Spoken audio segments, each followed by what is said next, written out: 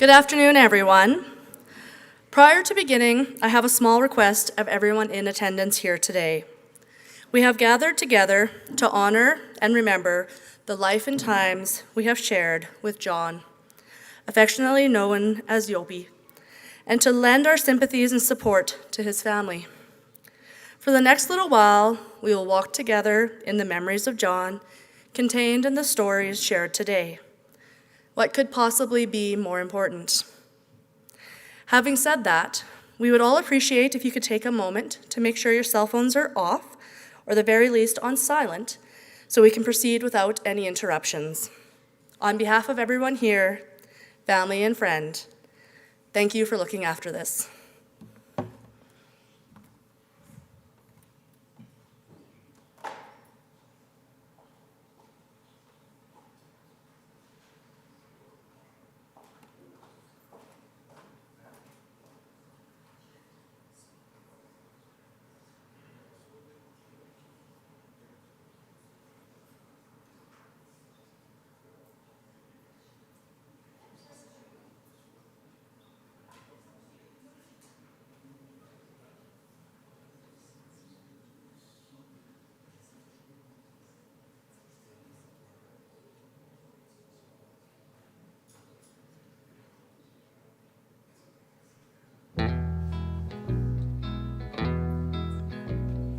In twilight glow I see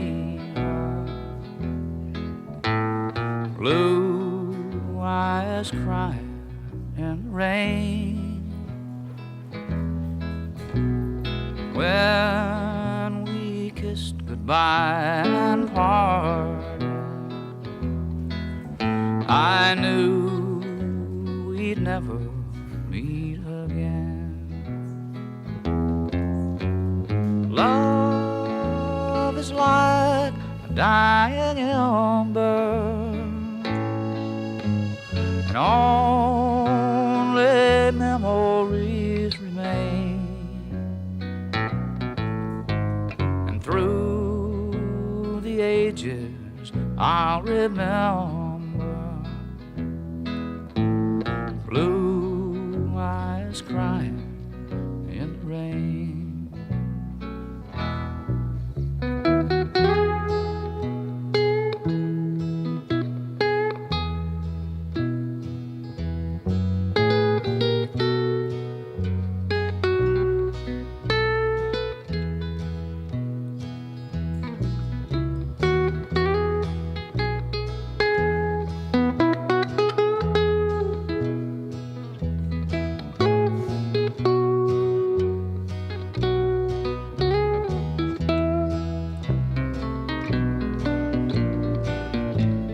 Someday when we meet up yonder,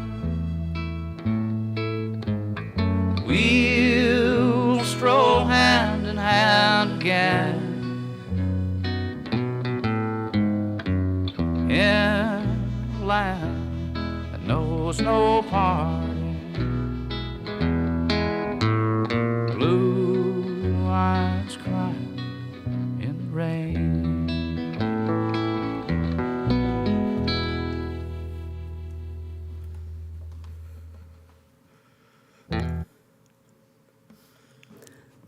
A life well lived is a precious gift of hope and strength and grace for someone who has made our world a brighter, better place. It's filled with moments sweet and sad, with smiles and sometimes tears, with friendships formed and good times shared, and laughter through the years. A life well lived is a legacy of joy and pride and pleasure, a living, lasting memory our grateful hearts will treasure. We have gathered together today to celebrate the life lived by John Frederic Boessenkool and to aid in the healing over the loss of this loving husband, father, grandfather, brother, uncle, and friend that left an everlasting impression on the lives of the people to whom he was closest. My name is Casey Lee Cox, and I have the honor and privilege to be the celebrant for the gathering to celebrate the life lived by John. It is my hope that every part of this service will honor the life he lived and who he was to each one of you. I would like to express my deepest sympathies to all of John's family and friends present here, as well as watching online, as we have gathered together to share in your grief over this loss. John, age 81 of Edmonton, Calgary, and Coldstream, passed away suddenly on December the 6th, 2024, leaving family and friends in deep sorrow. Born in the Netherlands, he immigrated to Canada in 1954 and spent some of his early life in Southern Alberta before moving to Edmonton in 1959 to finish high school. Jopie, as he was fondly referred to, was a devoted husband, father, grandfather, or Gido, brother, and friend, known for his quick wit, loyalty, and love of sports. He married Ruth after meeting her while working at the Army and Navy department store, and together they shared over 63 wonderful years together. John is survived by his wife, Ruth, children Darryl with wife Anna, son Derek with wife Jenn and daughter Tennille, grandchildren Tyler, Mackenzie, Alex, and Levi, and siblings Teeny and Harry with wife Joanne. He was predeceased by his parents and the remainder of his siblings. John worked hard as a chartered accountant in the oil and gas sector, where he retired in 2003. In his free time, he could frequently be seen at a hockey rink, where he was a dedicated coach for many years, an Oilers season ticket holder, followed by a proud period as a junior hockey scout and billet family for the Calgary Hitmen. In addition to hockey, John made lifelong friends as a pitcher with the Crude fastball team, where many of his teammates will always be considered part of his extended family. In his retirement, John spent most of his days on the golf course in Phoenix or Vernon, usually leaving with more balls than he arrived. To begin our time of remembering the legacy left by John, I would like to invite Tyler and Alexiana, Gido's two oldest grandchildren, forward to share a poem.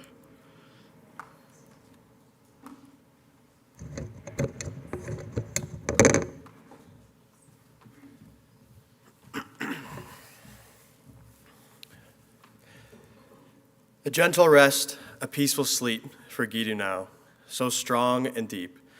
His legacy in his hearts we hold, a story of life untold.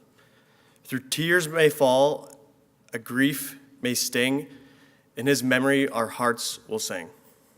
The love he shared, a guiding light, will be even darkest at night. Remembering now the lessons learned, the wisdom that he always earned. His gentle touch, his loving gaze, a light shines through all our days. We gather here, our hearts entwined, to celebrate a soul we find. And though he's gone, his spirit near, forever attached beyond compare.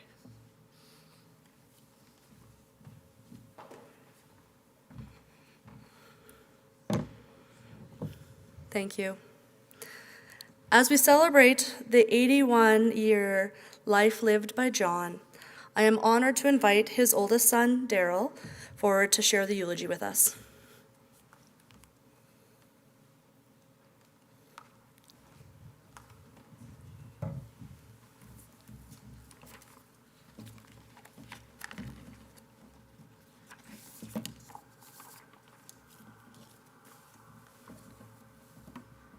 Okay, thank you, Casey.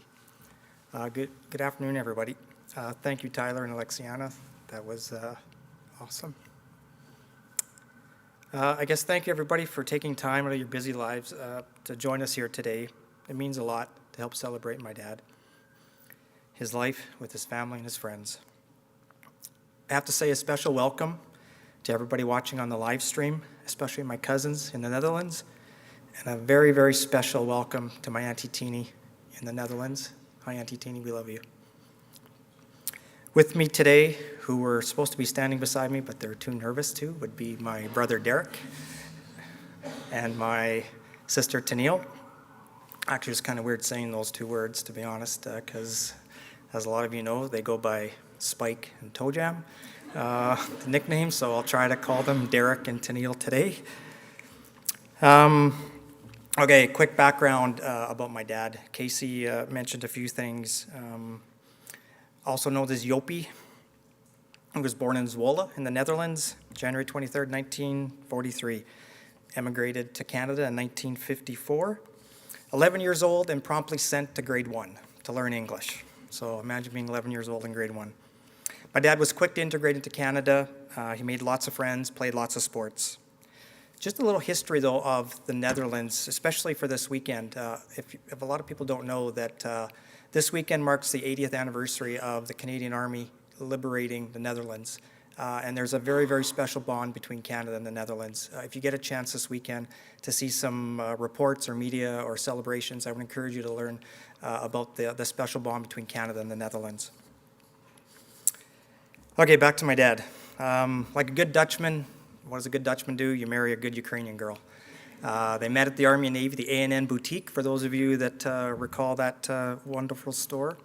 The wedding happened and 3 kids, 6 years apart, each of us.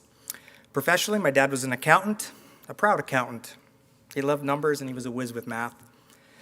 So I thought, because he was good at math and good at numbers, I'm going to help this eulogy by using some numbers to describe my dad. So first off, number 1. He has a great wife, my mom, Ruth. 2, he lived in 2 different countries, Canada and the Netherlands. He has 2 fantastic daughter-in-laws too, Anna and Jenn. He has 3 kids, 1 great one, 2 average ones. My dad's words, not mine. My dad wrote that part. He has 4 incredible grandchildren, Tyler, Mackenzie, Alexiana, and Levi. He totally adored you guys. He won 5 silver medals at the Vancouver Hockey Super Series. What that also means is, yes, he lost 5 straight finals in a row. And so he has 9 brothers and sisters, and he's the second youngest. And if you can believe this, he has 64 nieces and nephews, not including their spouses or their kids, direct nieces and nephews, and exactly 32 on each side. I've met every one of them. Some of them are here today, and some of them are watching on the live stream. Next number, number 99. So most people would say that's the number of Wayne Gretzky, the greatest hockey player in the world. But in 1960, as a tight end of the Picture Butte Bears, my dad wore number 99. So he was always claimed that he was the first one to wear number 99 way before Wayne Gretzky. Finally, the 3 largest numbers that I can think of, and they're rough estimates. So I'd say the first number being 100,000. That would be my estimate of the number of people that my dad has probably influenced over his life, between friends, family, co-workers, and sports. And I might be underestimating that number. The next one would be about 500,000. That would be the number of kilometers driven to baseball games, hockey games, figure skating events, basketball games, curling bonspiels, camping trips, and every other family event you can imagine. My dad drove us everywhere. And finally, the last number I could think of was 1 million, and that would be the number of great memories we have of my dad. Speaking of some memories, some of our fondest little memories are some that people may not know about. We grew up in North Edmonton, a new community league called Northmount. We were part of the first families that moved into that community league. The neighborhood dads would be out there clearing the outdoor rink or volunteering at events. All the moms would be patching up injured kids, making lunches, making suppers for not only their kids, but every other kid in the neighborhood. It was just a great neighborhood. It was unreal. And those families actually some of them are here today.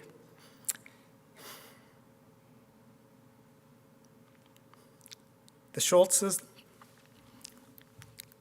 the Mainmans, the Spacks, the Smiths, the Hooks, the Crawleys, the Escos, the Armstrongs, and so many others. My dad was always a jokester too, as some of you or most of you know. The number of times my friends, or Derek's friends, or Tennille's friends, would come over. There was always a joke or mischief to happen. My dad was throwing shoes on the roof of the house or cheap shots about people's looks, constant teasing and fun. I really thought actually my friends came over to see myself or Derek or Tennille. I think they came over to see my dad to see what kind of practical joke was going to be played on him. Teasing was my dad's love language. If he liked you, he was teasing you, always. And I think the two people that got the most teasing were my wife Anna and my sister-in-law Jenn. He would tease them constantly. You have no idea how much he loved you guys. Being a Gido was very important to my dad. Even though he was Dutch background, he was called Gido.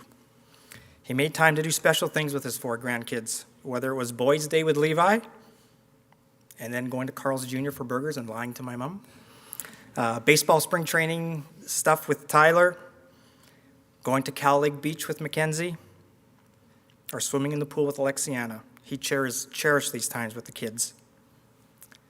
My dad had a favorite saying.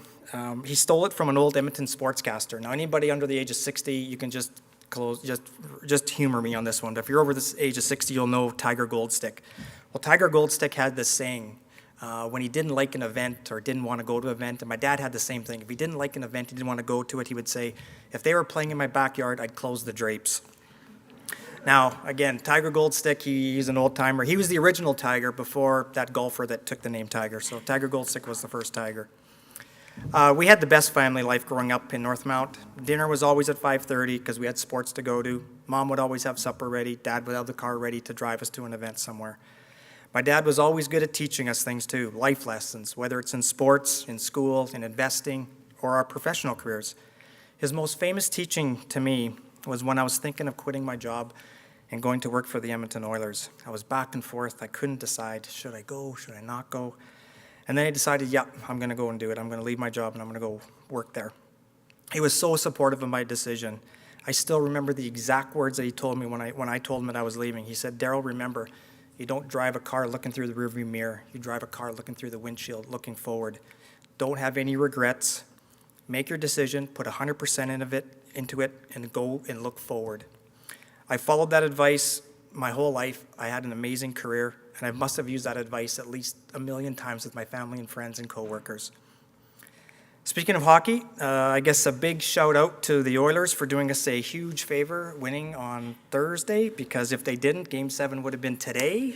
So thankfully they won on Thursday. Hockey was a big part of our life. My dad loved hockey. He coached various teams. He managed various teams.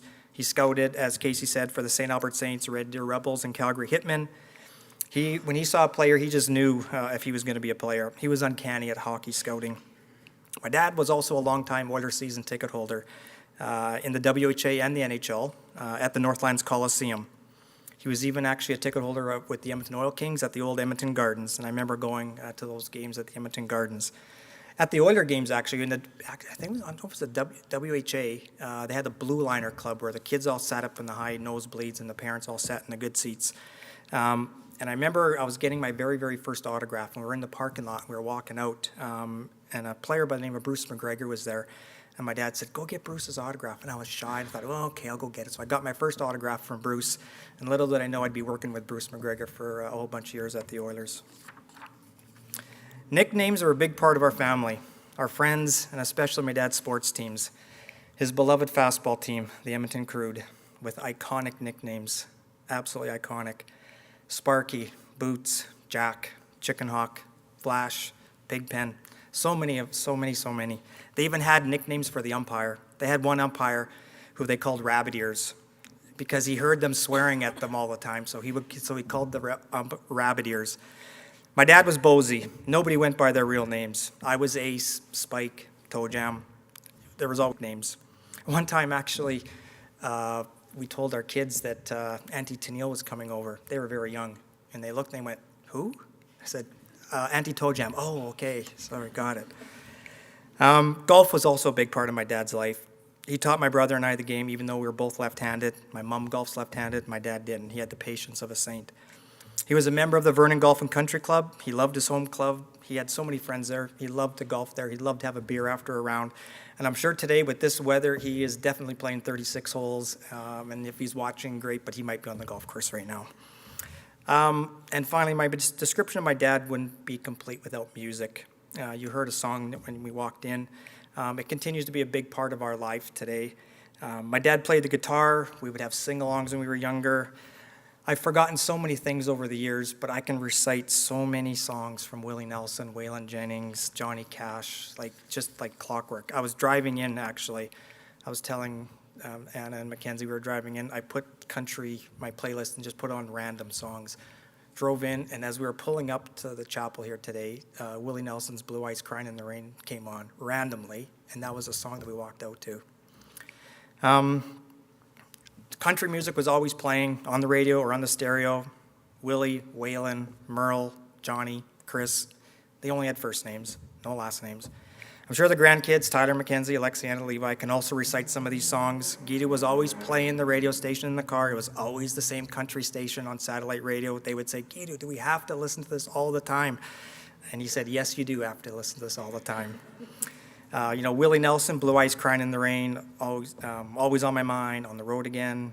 Waylon Jennings, Amanda, I can recite the words to that song. Mamas Don't Let Your Babies Grow Up to Be Cowboys. Merle Haggard, If I Could Only Fly, you'll hear that later today. Chris Christopherson, Me and Bobby McGee. That one came on actually randomly as well in the car today. The Highwaymen, country music's first supergroup. CCR, he had a little bit of rock and roll in him. He loved, Bad Moon on the Rise, Have You Ever Seen the Rain, Proud Mary. Johnny Cash, Ring of Fire. And finally, Vince Gill. He loved Vince Gill, and at the end you'll hear a very, very beautiful Vince Gill song. And now all the songs that you'll hear today, my dad actually picked those ones out. I'd like to end this eulogy with a quote from a famous author and poet. Her name is Maya Angelou. People have interpreted her quote many ways, and I think it's perfect for my dad. She said, "When people show you who they are, believe them the first time."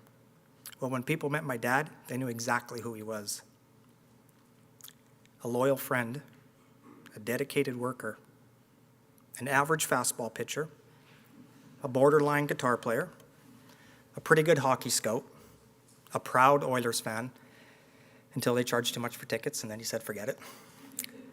A dedicated volunteer in his community, a terrific minor hockey manager, a fun and caring uncle to so many nieces and nephews, a charming and eager younger brother to 9 siblings, and most of all, a caring Gido to 4 amazing grandkids, a loving and supporting husband for 60 years, and finally, a really amazing dad. Dad, we'll always cherish the memories we shared. You showed us who you were, and we always believed you. Thank you.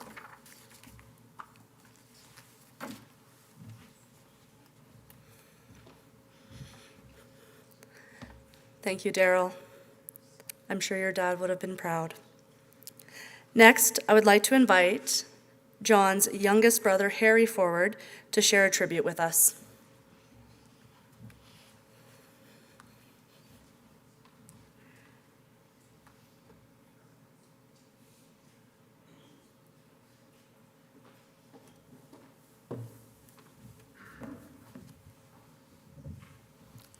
I asked for water so I could speak clearer, so give me a minute to drink. And it's not filled with anything either.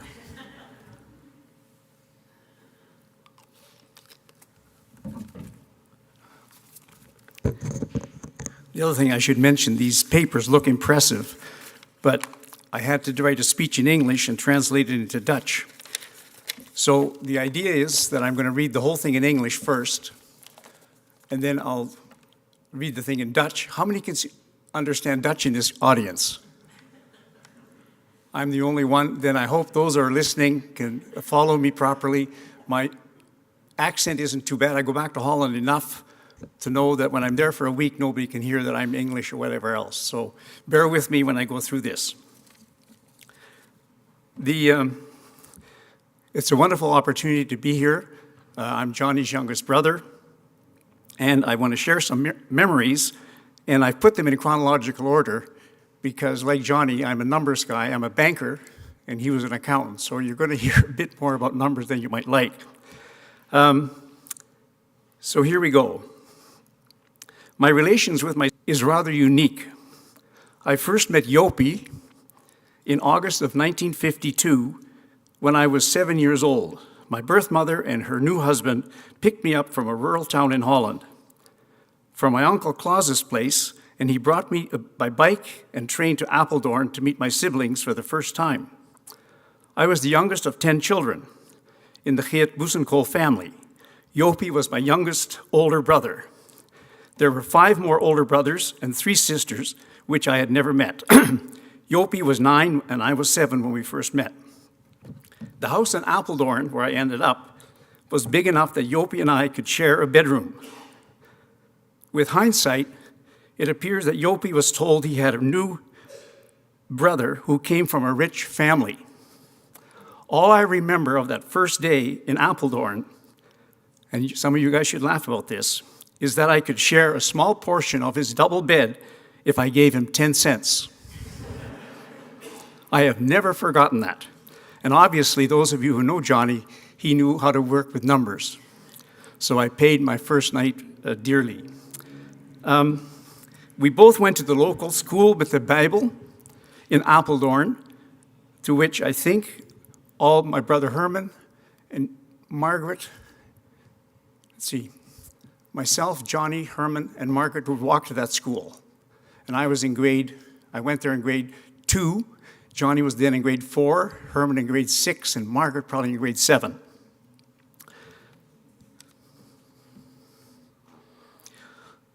All of the other siblings were already working or serving in the Dutch Army. And they brought it up today. They didn't work in the Dutch Army during the war, but my oldest brother was in the Air Force, my second oldest brother was in the Army, and my third oldest brother was in the Navy. And I'll just divert from my speech for a minute. In Holland, there was a deal where if you had 3 sons in the Army, all the other sons would be exempt. And when I went back to Holland in 1961, about 2 years later, I got a nice letter in the mail saying, "You've been called up to the Army." Well, that would have finished me off financially because they pay you nothing and they just board and room you. But my brother Wim came to me and said, "Harry, don't worry, here's a letter you can take to the Army office and you'll get exemption from serving in the Army." So I did not serve in the Dutch Army. But one of my brothers, Wim, Jopie's oldest brother, he served in Indonesia for, I'm going to say 2.5 years, and they had a bit of a civil war there, and on and on. Then in 1954, a decision was made by my mother and her new husband that they would immigrate to Canada with 6 of their children.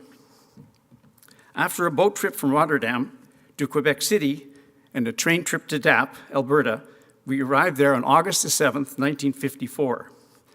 We moved into a house across the street from my Uncle John, Uncle John Mannes, my mother's youngest brother, who sponsored us. The 2 older girls and Jerry ended up in Westlock almost immediately. Jopie, Herman, and I ended up in a 1-room school in Dap.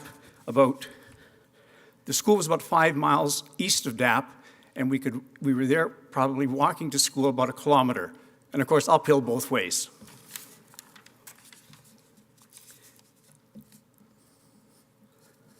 Along with our 4 cousins, we walked to and from school every day.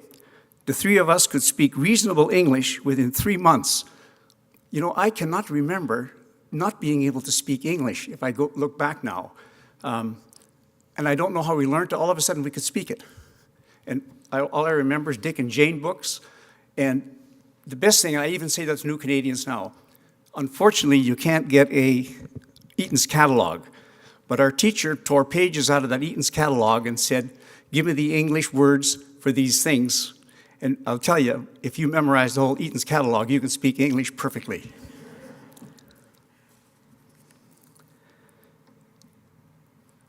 From 1954 to 1961, Johnny and I lived in Dap, listen closely, Westlock, Nobleford, Sterling, Westlock, Lethbridge, and Picture Butte, all in the province of Alberta. Johnny and I, and my dad part-time, hoed sugar beets every summer from 1955 to 1961. So for those of you if you knew Johnny and knew myself, that gives you a humble spirit, let me tell you. When you host sugar beets in hot weather, when it's like this, 27 degrees, and the sun is, we used to pray for clouds to cover the sun so we could work in cooler weather.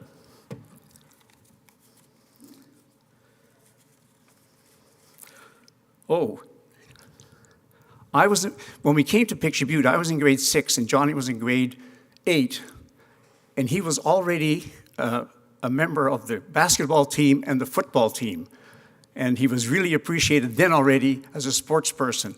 And Johnny and I used to play, he was the pitcher, and those of you who know him, he was a pitcher for a good long time, as I remember. We spent hours for him throwing the ball, and I was the back catcher in front of the barn door. I think we broke more wood off that barn door in the 4 years we were there. It's unimaginable. But he was very, very good, even then. And he was, 12, 13 years old. And then he made the football team. I'm very from the speech. He made the football team, so I thought, oh boy, when I get to grade 9, I'm going to try. So I go to the coach, and he said, okay, go in there, get dressed up. I went on the scale, and he said, there's no way you're going out. I was no more than 120 pounds, fully dressed. And we used to play the Indian band the Blood Indian band in Cardston. And he said, there's no way you're going to play those guys. And I never set foot on a football field again.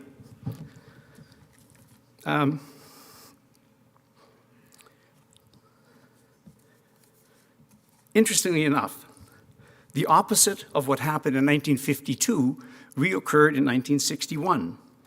Johnny went to live with his sister and Hilda and Hank, his sister Hilda and her husband Hank, and their family in Edmonton, where he completed his high school, as Darryl mentioned. And my mother and I returned to Holland. We took the train from Shelby to New York and a boat to Rotterdam. And just 2 weeks ago, I took that same train ride with my wife, all the way from Shelby to New York, to Boston, stayed for a couple of days, and then from Boston to Jacksonville, where one of our sons lived. So I spent 4 days on the train. It was interesting. In my years in Holland, I got a job in a bank because I could speak English. It was that simple. I had a grade 9 education, but my knowledge of the English language overrode that. They hired me, and I spent 5 wonderful years in downtown Amsterdam. During that time, Johnny and I shared a few letters. He was busy with school and again very active in the basketball and baseball teams. He finished high school in '62 and ended up getting a CA designation and working in Edmonton. We lost contact after that until I returned to Canada in 1966. If memory serves me right, Johnny and Ruth ended up in Peace River for quite a while. And during that time, Joanne and I and our family moved between Edmonton, Lethbridge, Calgary, Toronto, and Vancouver. So we also were quite mobile. Johnny was a much better golfer than I was, but we did a few rounds at Vernon Golf Club while visiting. And I've heard this before, and I wrote it down here in my notes after. Like me, Johnny and I believed we never bought a golf ball. And in fact, went golfing with one of my sons in Florida last week. I don't golf, but I parred the course. So guess what? What did Johnny do when he parred a course? He came home with 72 balls. And that's what I did. And Darryl mentioned how much they drove in a car. What he didn't mention is how far Johnny walked in the bushes to find balls.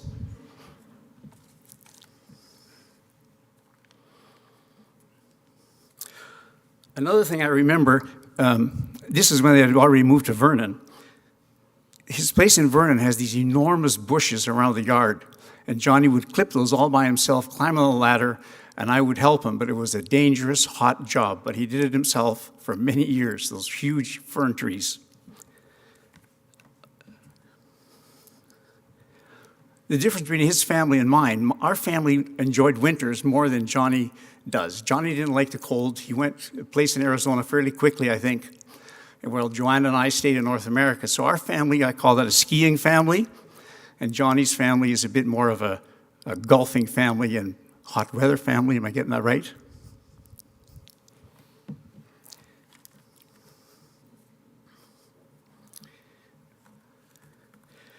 Another note I made here, as far as I know, excuse me.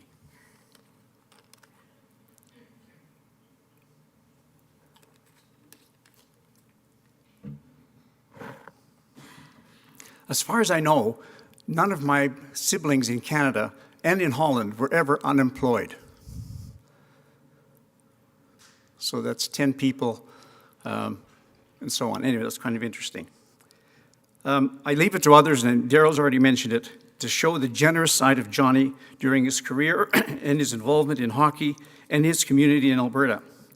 Given his personality, I can see him being a friend, but also a bit stubborn. A trait not foreign to Dutch people. That's about it for the English part. I'm going to say something else when I'm finished with the Dutch part, so you'll have to put up with me from a language for about, I think it took me 4 minutes to read this, and I'll read it exactly as I had it. So, dit is een herdenkingsdienst waar ik heb de kans gekregen om wat in chronologische orde een aantal herinneringen te delen. En die heb ik aan Jopie, Johnny en John. Iedereen die luistert kent hem hier onder een van die namen. Mijn relatie met mijn broers en zussen gaat nogal uniek. Ik ontmoette Jopie voor het eerst in augustus 1952. Mijn biologische moeder en haar nieuwe man haalden mij op uit een landelijk dorp in Holland. Ik was toen bij mijn oma Klaas thuis en met de fiets zijn we met de trein naar Apeldoorn gegaan, waarvoor ik eerst mijn broers en zuster ontmoette. Ik was de jongste van 10 kinderen in het gezin van Geert Boessenkool en Jopie was mijn jongste oudere broer. Er waren nog 5 oudere broers en 3 zussen die ik nog nooit had ontmoet. Jopie was 9 en ik was toen ik hem eerst ontmoet en ik was 7. Het huis in Apeldoorn was groot genoeg voor Jopie en ik om een bed en een slaapkamer te delen. Achteraf gezien lijkt het erop dat Jopie te horen kreeg dat hij een nieuwe broer had die uit een rijke familie kwam. Het enige dat ik me van die eerste dag in Apeldoorn herinner is dat Jopie, toen we in bed gingen, 10 cent wilde hebben zodat ik een klein deel van het tweepersoonsbed kon krijgen. Diegenen die Johnny hebben gekend zullen nu begrijpen waarom hij een accountant is geworden. Hij leerde de basis al vroeg. We gingen allebei naar de plaatselijke school met de Bijbel in Apeldoorn, waar we volgens mij naartoe konden lopen. Ik denk dat broer Herman naar dezelfde school ging. Alle andere broers en zussen werkten toen al in 3 van de jongens die waren in het Nederlandse leger. 1 broer zat bij de luchtmacht, 1 bij de marine en een ander bij de landmacht. In juli 1954 besloten moeder en haar nieuwe man, die ze met 6 van de 10 kinderen naar Canada zou immigreren. De boottocht van Rotterdam naar Quebec City en met de trein naar Darryl, Alberta. We kwamen hier aan op 7 of 8 augustus 1954. We verhuisden naar een huis tegenover de boerderij van Nee-Mannes, de jongste broer van moeder. De 2 oudste meisjes en Gerrit kwamen in Westlock terecht, terwijl Jopie, Herman en ik op de school met 1 lokaal terechtkwamen. Ongeveer 8 kilometer ten oosten van Daap, iets minder dan 1,6 kilometer van waar wij woonden. Samen met onze 4 neven en nichten liepen we elke dag naar de school. Binnen 3 maanden spraken we alle 3 redelijk Engels. Geweldig. Van 1954 tot 1961 woonden Johnny en ik in Daap, Westlock, Nobleford, Stirling, Westlock, Lethbridge en Picture Butte. Allemaal in de provincie van Alberta. Johnny en ik haakten elke zomer suikerbieten van 1955 tot 1961. In 1961 was een belangrijk jaar voor Johnny en voor mij. Moeder besloot terug te gaan naar Nederland en ik was de zoon die met haar meeging. Ze had in november 1956 een soortelijke gereed gemaakt en keerde in maart 1957 weer terug met broer Herman naar Stirling. Johnny en ik werden naar Westlock gestuurd en bij de schoonfamilie bij de zuster Hilda gingen we wonen. Ik heb weinig herinnering aan mijn tijd in Stirling en Westlock. Ergens in de herfst van 1957 verhuisden wij naar Lethbridge en kwamen terecht in de kapel van de eigendom was van de plaatselijke christelijk gereformeerde kerk. Vader Stokker was ontslagen bij Hill Stockyards en als gezin waren we gedwongen om daar te vertrekken. De kerk bood de kapel aan. Stokker kreeg een baan in de bosbouw in Blairmore en was daardoor door de weeks weg. Ik heb goede herinnering aan de Christmas 1957, omdat Herman, Gerrit en Margaret en Johnny waren toen voor de eerste keer thuis. Van mijn perspectief hadden we een geweldige tijd. Hilde was toen al getrouwd. In het voorjaar van 1958 verhuisden wij van Lethbridge naar de boerderij van Jim Murray in Picture Butte. Johnny was in grade 8 in Picture Butte High en ik zat op de 6e klas in Crescent School.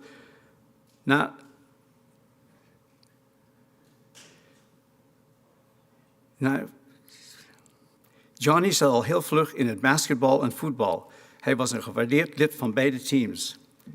Het tegenovergestelde van 1952 gebeurde dat ik in 1961 ging Johnny bij ons weg en mijn moeder en ik gingen weer naar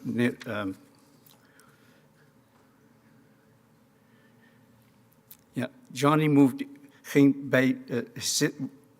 bij zijn zus Hilda wonen in Edmonton and there he finished his high school. Johnny and I shared.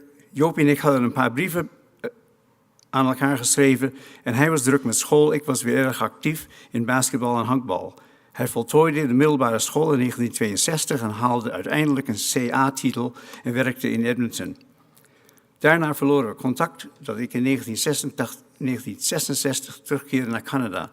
Als ik me het goed herinner kwam Johnny en Ruth in Peace River terecht, terwijl Joanne en ik heen en weer reisden tussen Edmonton, Lethbridge, Calgary, Toronto en Vancouver. Toen we weer naar Vancouver verhuisden om precies te zijn Surrey, zijn Ruth en Johnny een huis gekocht in Vernon. We hadden veel contact met hun in Vernon. We kwamen talloze keren op bezoek, omdat ik in de Bank Montreal elk jaar ook een golftoernooi had met de bank. De golftoernooi was georganiseerd in Kelowna en Vernon. We waren aanwezig bij de bruiloft van Darryl en Derek. Johnny was veel betere golfer dan ik, maar we hebben tijdens ons bezoek een paar rondjes gespeeld op de Vernon Golf Club.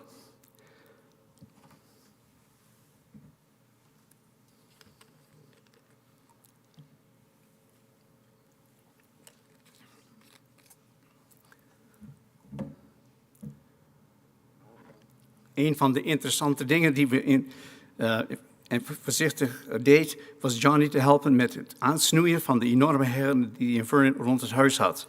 Gelukkig was zijn zwembad handig en daar hadden we een paar uren werk en dan konden we van de hitte afkomen. In ons gezin gaf de voorkeur aan koude klimaat in Canada. Wij werden een skifamilie en de familie van Jopie, die waren een warme streek gewend. Daardoor zijn we nooit met Joanne en ik of met onze familie in Arizona geweest. Where they have gone, waar ze heen gegaan zijn van vele winters. So that's the Dutch portion. Just a couple of notes. I thought of this last night. I'm the youngest one of 10, and only my sister and I are alive. And in our family, in our siblings, we have exactly a dozen beautiful little girls, beautiful.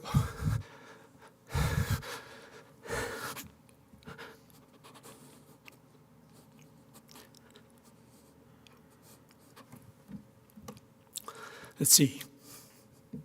They're all blondies. They were beautiful girls, beautiful women, beautiful mothers, just wonderful ladies. Only Johnny and I have sons. And my sister Hilda and my sister Margaret as well. I think there's 8 boys, but there's 6 boys, I think. Darryl, help me along here. Hold it. We got 5. Johnny has 2 boys. Margaret had 2 boys. Hilda had 2 boys. And Teenie had 1 boy. And Wim had 1 boy. So we were outnumbered by the girls. And as it turns out, in my family, we have 13 granddaughters and only 3 grandsons, Joanne? Yeah, something like that. So we are surrounded. I have been surrounded by women all my life, in one way or the other. And the beauty thing of it is, because of my spending time in Holland, I know each one of these girls and ladies very well. The ones in Holland, I visited with them. I shared parties with them. When I went to Holland, I used to organize get-togethers with the girls and the boys, whoever was there. It was a wonderful time. Anyway, thank you very much for this, and I appreciate being able to do it.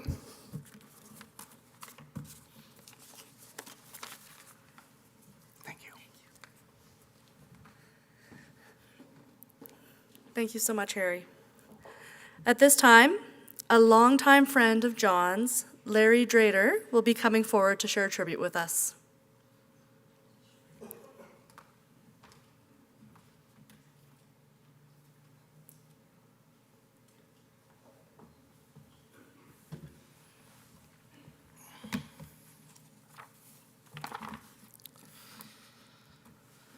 John Frederic Boessenkool. He truly did go by many names. At the control center where we worked together for several years, he was JFB. When we coached together, he was Mr. B, but to me, he's Johnny. So everything that I talk about today will be about Johnny. Good afternoon. My name is Larry Drader. I've known John and Ruth for over 40 years. And contrary to Derek's contention, I'm not Johnny's girlfriend.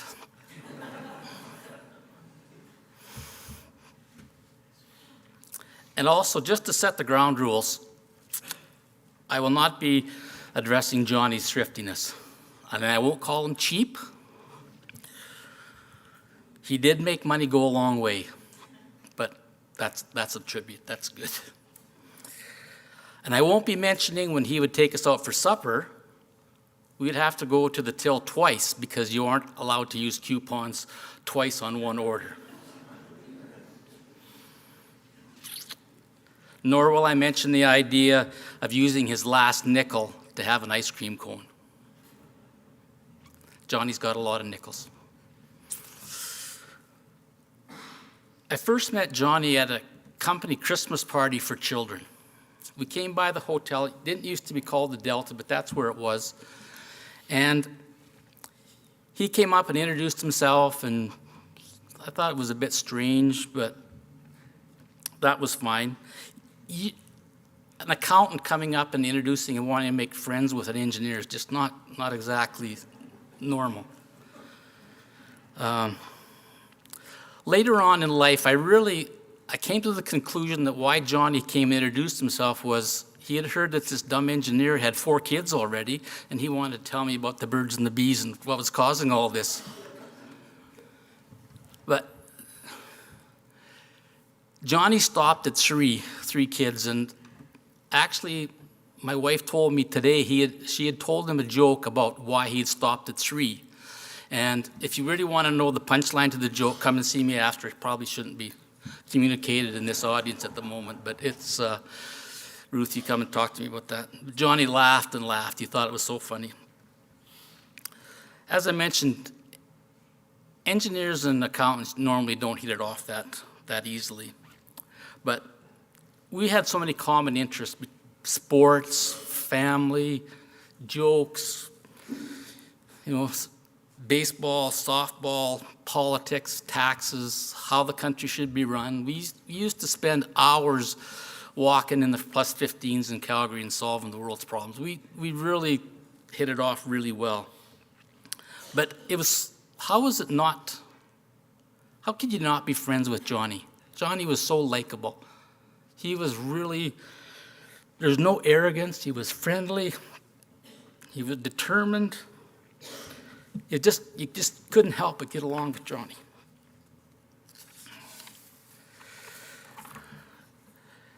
Johnny started his accounting career here in Edmonton with Nash and Nash, and he told me one time, he said, I was having really doubts about being able to pass my exams. I'm studying and I'm really having trouble. He told me, he said, one of the partners at Nash and Nash came up to me and said, Johnny, I hear you're thinking of pitching in and not proceeding. And he said, you really do have it. You can and will make a good accountant. You have what it takes. Just give it a little effort. And so with that encouragement, John went on to pass his test. Very, very good career in accounting, very successful, well-respected. And that wasn't lost on John. He was an encourager. He knew how to encourage people. He could bring a team together, whether it was in sports or in accounting or just in life. John was authentic. What you see is what you get. In work, John's approach was, okay, let's get it done. Let's have a little fun along the way. He was a strong leader with a very good sense of humor, well respected at Alberta Energy Company. But as with big companies, they often have procedures, and particularly the HR department has their own procedures that you need to follow. And if you're having a problem staff member, there's procedures. You need to do performance improvement. You need to do this. You need to do that. And this all could stretch out for a year or more. And I went through that, and I didn't like it. But Johnny had his own approach. Come over here. Let's come in. I got to talk. Things are not working out here, Joe or Sally or whomever. So I think what you need to do is you need to go spend the next couple of weeks looking for another job. Very blunt and straight to the point. Invariably, that person would come in 2 weeks. Yeah, okay, Johnny, I've found a new job, and thank you very much, and he would carry on. I was very, very jealous of Johnny. I really was.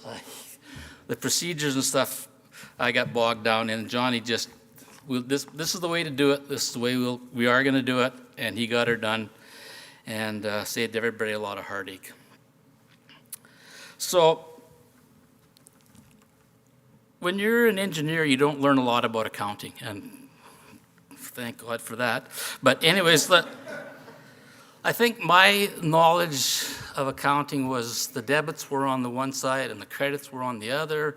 It's cash in, cash out. I didn't want to know anymore. So he took time trying to teach me accounting, and I really didn't want to. But really the biggest thing I learned from Johnny about accounting, he says, Larry, accountants can take a simple concept, make it complex, resulting in needing accountants to address the issues that might arise. Keeps accountants employed. Depreciation, amortization, accruals, historical common principles, disclosure, CCAs, deferred this, deferred that. Wow, just like, come on. It's just, thank you, Johnny. We knew that it was all a scam.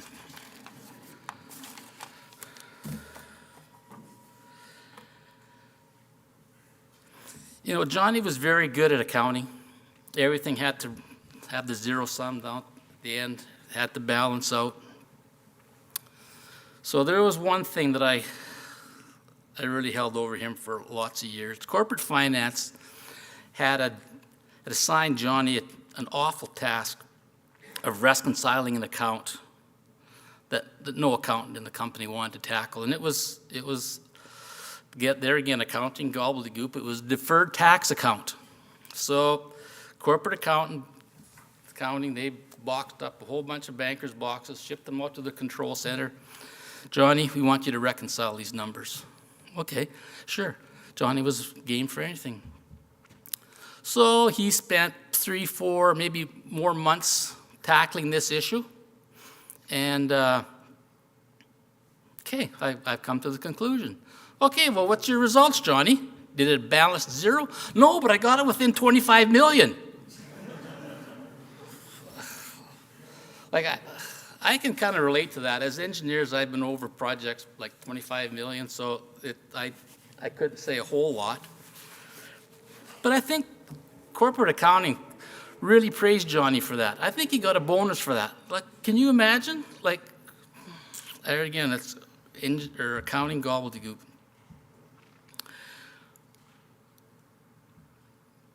Also, Johnny had a reputation in the company for being practical. We'd have annual corporate planning sessions. You go through there, how did we do on our last year's results? Do we need to change anything? And then he would executive would ask, well, any new bright ideas? And of course, the smartest guys in the room usually were the MBAs, so they always had bright ideas. Johnny didn't get along with the MBAs. So they would go through their spiel and that we should do this and do that. But Johnny kind of got he was always consulted. At the end of the day, the senior executive would come by Johnny and say, okay, we got all these bright ideas. Are they going to work? And what they were really meaning was, is that practical? And would the staff buy into that? Johnny really had senior management's ear. Johnny was respected.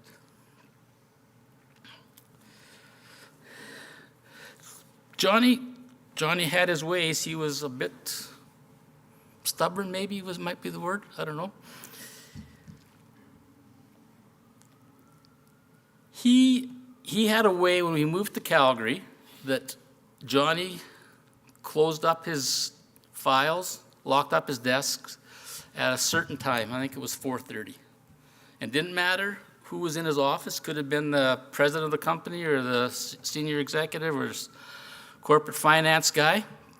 That was what Johnny's did. He was going home to Ruth, and it didn't matter. Johnny, this is Johnny's time. Johnny's going. And I can hear him say, no accounting is that important that it can't wait till tomorrow. We had a lot of dispositions and acquisitions when we worked together, and we always had questions, and I guess you'd call them due diligence, things you gotta really cover the P's and Q's of all the things that could be embarrassing if you miss them. And so he knew how much I hated that. And so my name became Mr. Due Diligence. So I'd ever go into their house, well, how was Mr. Due Diligence? I hated that, just absolutely hated it. And of course, when he knew that I hated it, then he would just jab it in a little bit more. One other thing I remember about Johnny is when we were talking, he would ask a question or something, and I would say, I believe such and such. He would reply, believe? We can't believe around here. We must be certain. Okay, Johnny, I will never say that again.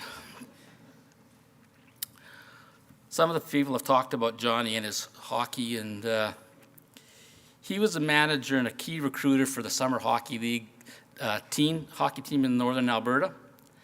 And that's when there wasn't very many summer hockey teams, so he could pick the cream of the crop. He knew the good players, and he would recruit them, and they were what, second best team, Darryl, did you say, in Western Canada? Okay, so anyways, him and I, we were scouting for the Red Deer Rebels. Johnny was always have his ears to the ground, who's the good players, where they are. So he gets wind of this player, and he rushes into my office and says, Larry, we got to go out to Wainwright. There's a kid out there. He's 14 years old, and he's playing against 19 and 20-year-olds. He's a big kid. He's really good. We got to go watch him. We got to see we got to get the scoop on all the other scouts. Oh, sure, Johnny, let's go. So we drive out there at night. It's dark. It's winter. It's crazy. So we get into the arena thinking we're going to be the first scouts to ever see this kid. There had to be 17 or 18 other scouts there. Johnny, where's this big scoop? You're the only one knowing about this kid. Oh, I laughed about that for quite a while. One last hockey story. Johnny and Ruth billeted players for the Hitmen, and they formed some great relationships with those kids. That was a great thing. When we were moved to both in Calgary, Johnny comes into my office and said, let's go and take a look at the Hitmen in their training camp. They're trying to pick a team, and they've got this big Czech kid from Czech Republic, and somebody says he's pretty good. Let's go take a look and get an opinion. So we go out there and look, and this kid he's not putting in any effort. He's circling around center ice, the plays in his own end. He's lazy. He really is. So no, this kid is not going to make it. He's no good, blah, blah, blah, on and on and on.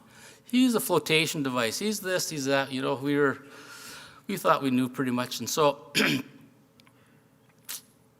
we might have missed it because that kid went on to score 73 goals in the Western Hockey League that year.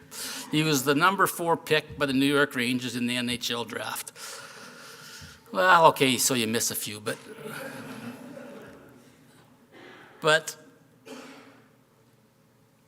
when you're a scout, you never make a mistake, right? So Johnny and I, we always took solace in the fact that he was a dud in the NHL.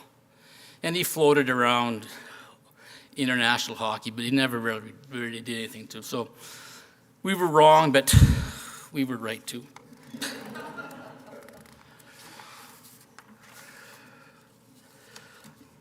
Sometimes it's the simple things that you remember about people. Johnny and Ruth sometimes were recalling a certain event, and Ruth would have an opinion of what had actually occurred, and Johnny might have a little difference of opinion. I always smile at Johnny, because Johnny, he would allow Ruth to finish. She would go on, and this is how the story was, and there's Johnny in his chair. Just waiting. He was just waiting to give his side of the story. I'll always remember Johnny with his hand up, just like a little kid in school waiting for the teacher to address him. Such a simple memory, but it's long-lasting.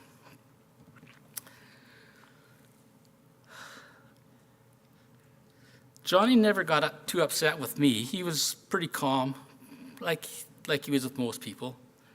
But I went to visit him in a hospital over at Foothills one time, and he was a little bit out of it. He had a severe infection that kind of followed his near fatal accident where he got hit by a car while driving his golf cart. But anyway, so I thought, well, okay, I'll just say hi and have a few words, and then I'll go home. And so Ruth and Tennille go there the next day. And Johnny is lucid, but he's fired up. That Larry, do you know what he did? He came into my office. He gave me a certain prescription. He said, I can do this, I can't do that. He went on and on about what I had said, and it was all a figment of his imagination. But in his mind, I was really taken to controlling his life, and not being a doctor, he was a little upset that I thought I was. Another short little snippet that we followed Ruth and Johnny down to Arizona. We bought a place down there. Before we were looking, we actually rented a place for a couple of months right next door. And my daughter and son-in-law and young grandchildren, 2 and 4, came down. And Johnny was talking to me. He said, well, you guys come over to the backyard here. Just pick whatever oranges you want. You come anytime, pick your oranges, eat them, take them, whatever. So my 2 grandchildren are going in the backyard, and and Ruth, I don't think, has been informed of this decision that Johnny's made. And she sees them out there. What are you kids doing out in the backyard there? Johnny says, my 2-year-old who could barely talk, when Johnny says, that is the word, that's the law.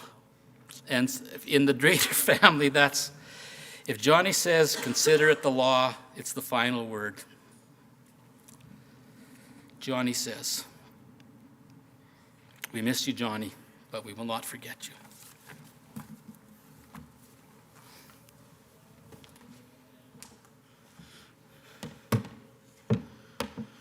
Thank you, Larry. Let's take a moment to listen to the song, If I Could Only Fly, by Merle Haggard, as you reflect on your own special memories of John.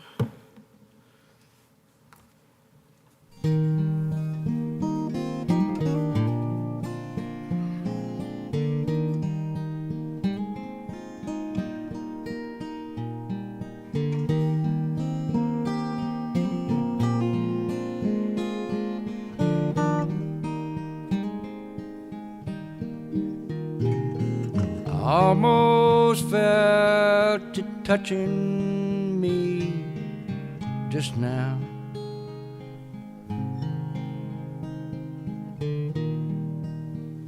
I wish I knew which way to turn and go. I feel so good and then I feel so bad.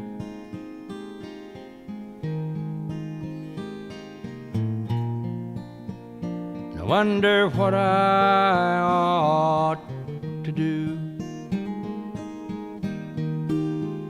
If I could only fly,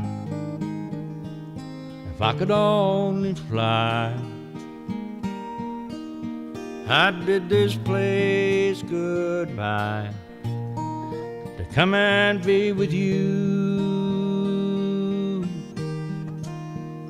But I can hardly stand, and I got nowhere to run. Another sinking sun, and one more lonely night.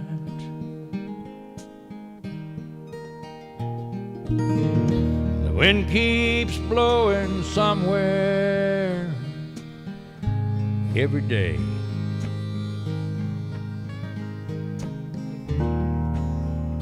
Tell me things get better somewhere up the way. Just dismal thinking on a dismal day.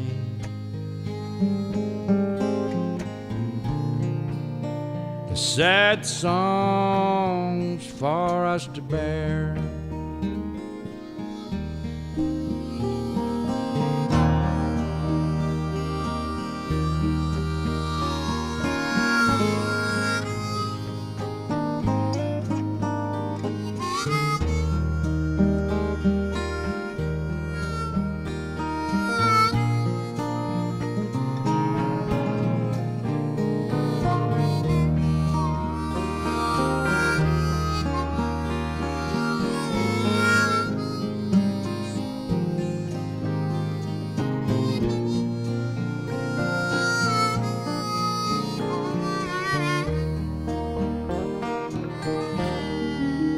If I could only fly, if I could only fly,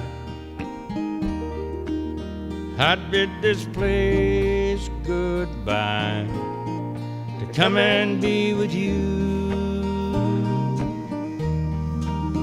But I could hardly stand, and I got nowhere to run. Another sinking sun, and one more lonely night.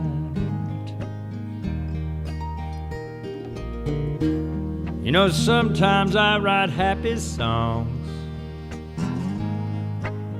then some little thing goes wrong, and I wish they all could make you smile.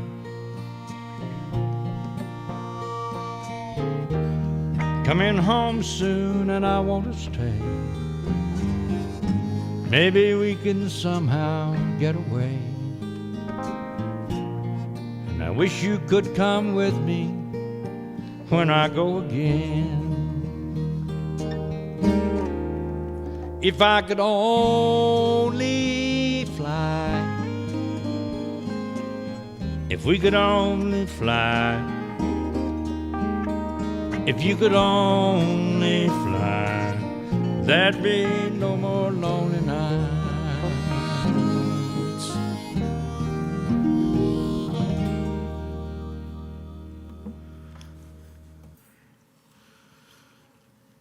I would like to take a moment to share the poem The Dash by Linda Ellis.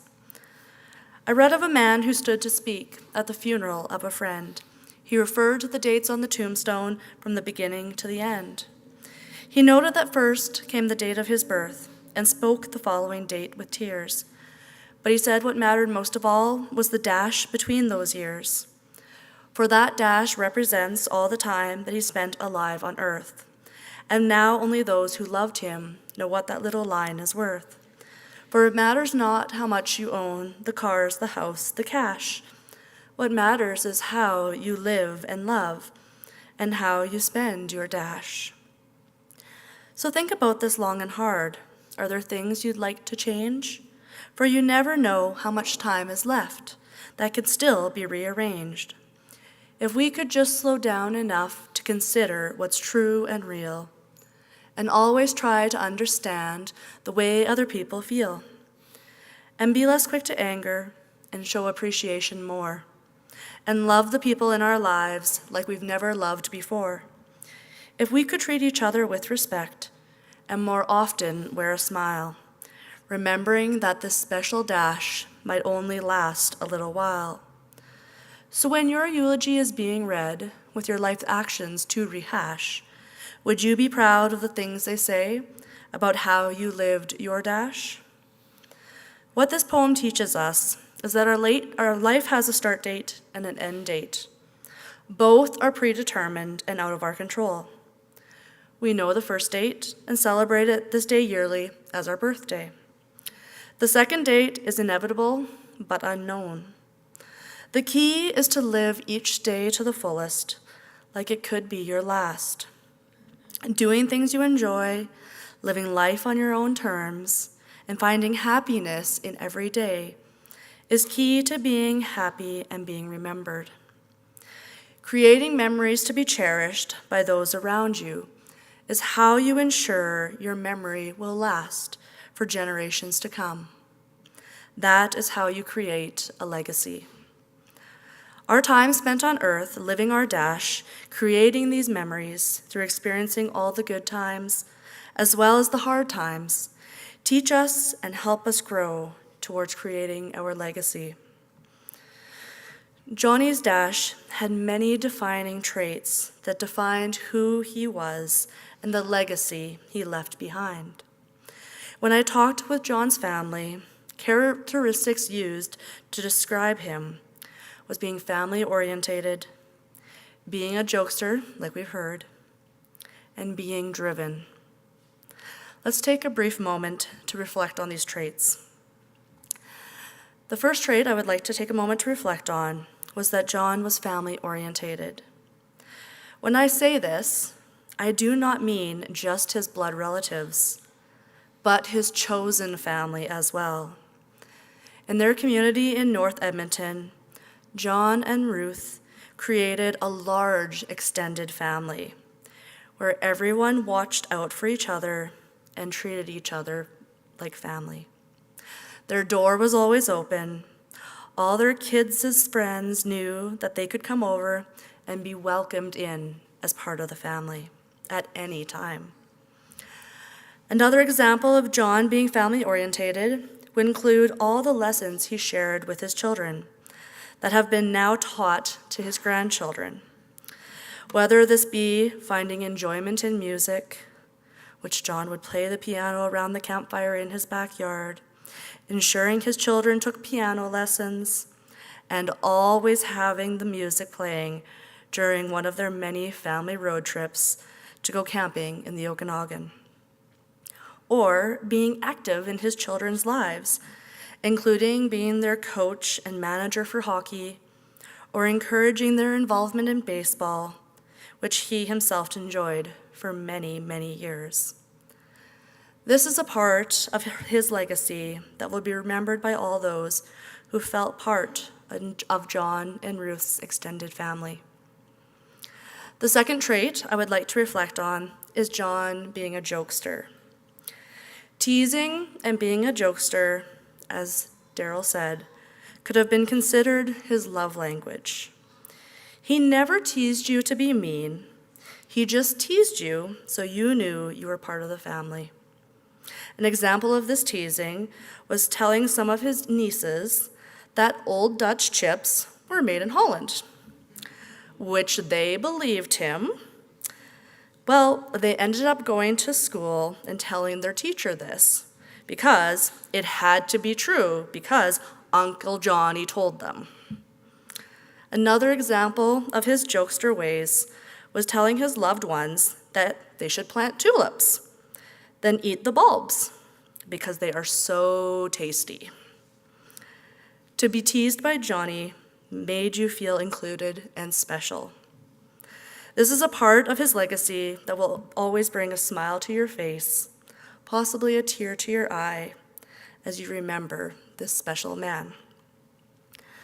The final trait I would like to reflect on, but is not the last trait that made up John's legacy, is being driven. Whatever John did, he would commit himself to completely. His career with Encana as a chartered accountant is a wonderful example of this. He spent the majority of his career with this company, being a very loyal and even moving to Calgary when he was near retirement. John was passionate about his specialization as an accountant. As passionate as he was about it, was also how passionate he was that skills not related to keeping the books should be hired to an expert. Whether it was when Ruth asked him if he wanted to learn to paint, to which he responded, "You would not expect a painter to keep the books, so why should you expect me to learn to paint?"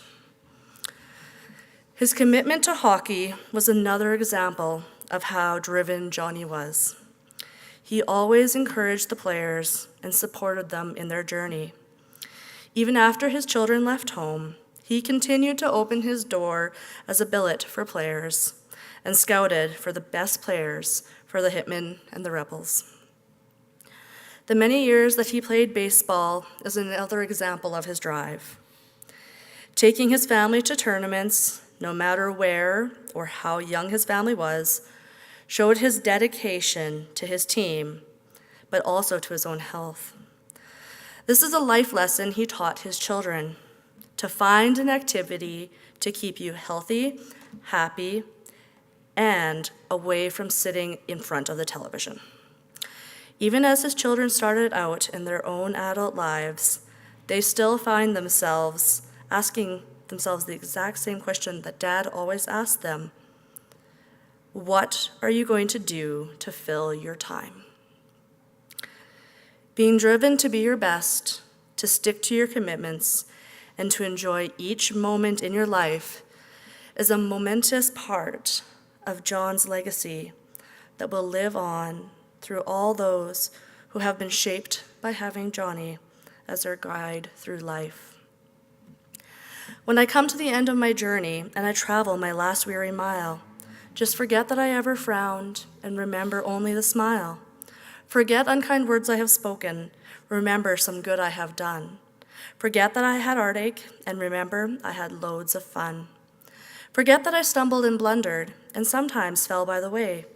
Remember that I fought some hard battles and won ere the close of the day. On December 6th, 2024, John passed away, bringing his dash to an end.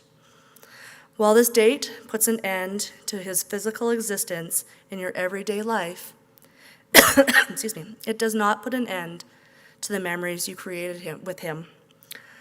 As long as you remember John, the Gido who loved to create memories with his grandchildren, such as Boys' Day with Levi, and climbing the big hill back to their home in the middle of a heat wave, he will always live on in your memories.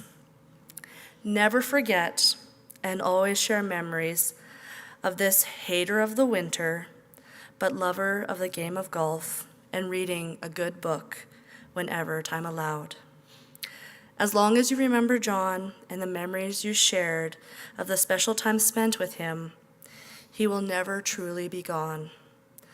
As long as you keep John in your heart, his legacy will last for generations to come. At this time, I will ask you to join me in a word of prayer, and when I get to the Lord's Prayer, I invite you to join in. Dear Heavenly Father, we know John is resting peacefully with you. Although he will always be missed by those who knew and loved him, we are thankful for the years everyone spent with him, making wonderful memories that will be cherished and be helpful to begin the healing over his loss. We find comfort in the words through the Lord's Prayer, providing strength during this difficult time.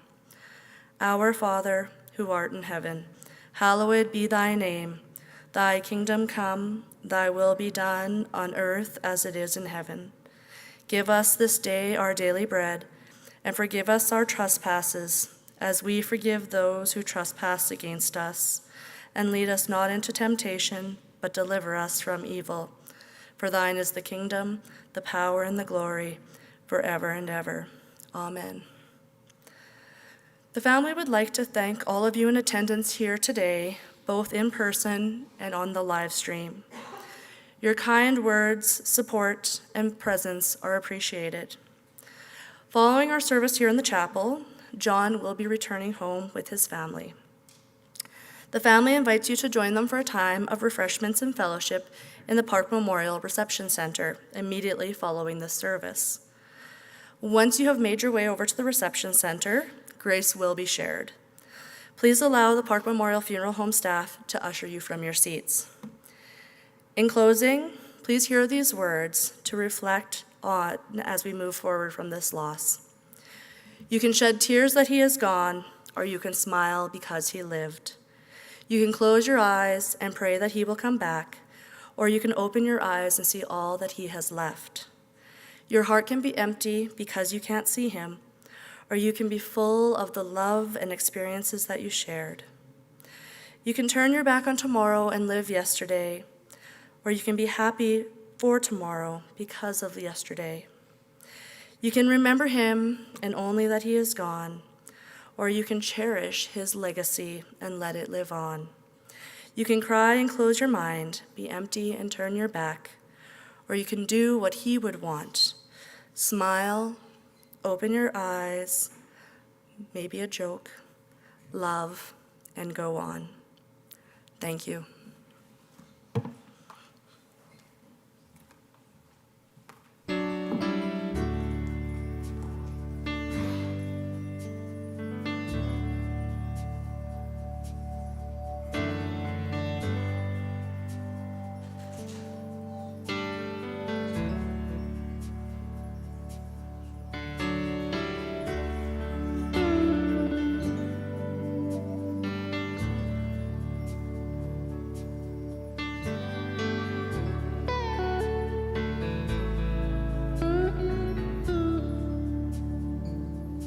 I know your life on earth was trouble. Only you could know the pain. You weren't afraid to face the devil. Were no stranger to the rain. So go rest high on that mountain. Son, your work on earth is done. Go to heaven and shout love for the Father and the Son. Oh, how we cried the day you left us. We gathered round your grave to grieve. Wish I could see angels' faces when they